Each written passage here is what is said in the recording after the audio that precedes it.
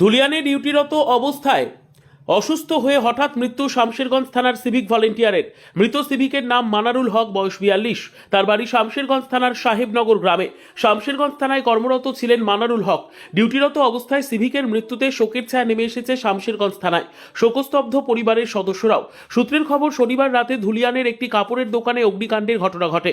Duty করতে সেখানেই ছুটে যান সিভিক ভলেন্টিয়ার মানারুল হক। ডিউটিরত অবস্থায় অত্যাধিক ধোঁয়ার ফলে সেখানে অসুস্থ হয়ে পড়েন মানারুল হক।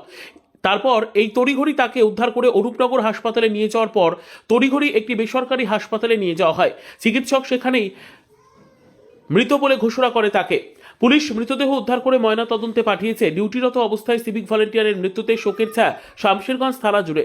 শামশেরগঞ্জ থানা সূত্রের খবর, পোস্টমর্টমের পর বিকেলে মানারুল ইসলামের দেহ থানায় নিয়ে আসা হবে এবং সেখানে গান স্যালিউট দেওয়া হবে।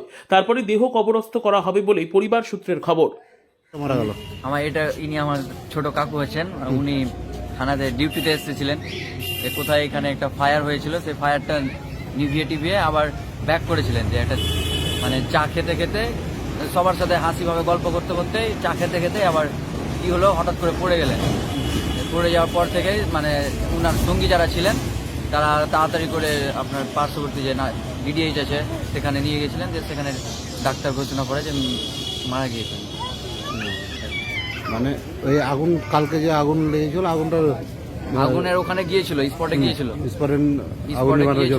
নিভানোর পর নাকি এসেছিল এখানে। আবার এখানে এসে সবার সাথে কি কিসের কাজ করে ও? উনি সিভিক ভলেন্টিয়ার। Civic volunteer. বাড়ি বাড়ি চাঁদপুর সাহেবনগর। কি নাম? মানাউল হক। কোথায়, কোন কোন থানার আন্ডারে কাজ করে? শামশেরগঞ্জ।